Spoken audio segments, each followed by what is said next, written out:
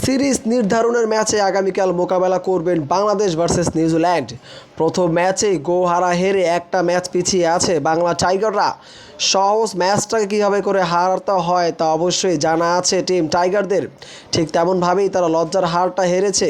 আধুনিক ক্রিকেটেও 248 রান তাড়া করতে ব্যর্থ হয়েছে মিরাজের এই দলটা।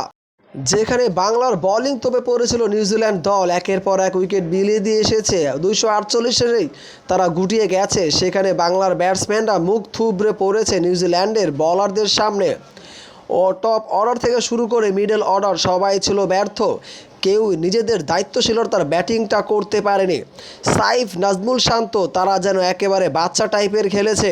যে মিডল অর্ডারে আফিফ হোসেন ধ্রুবকে নির্ভরশীলতার জন্য নেওয়া হয়েছে, সেই আফিফই ম্যাচটা ভরাডুবি দিয়েছে। 49 বলে খেলে গেছে 27। সেখানেই বাংলার পরাজয়টা পুরোপুরি নিশ্চিত হয়ে যায়। এমতো অবস্থায় বাংলাদেশে হয়তো একটা কিংবা দুইটা পরিবর্তন আসার প্রবল সম্ভাবনা রয়েছে। সেই ক্ষেত্রে সৌম্য সরকারের ফেরাটা আগামীকালের ম্যাচে অনেক বেশি গুরুত্বপূর্ণ।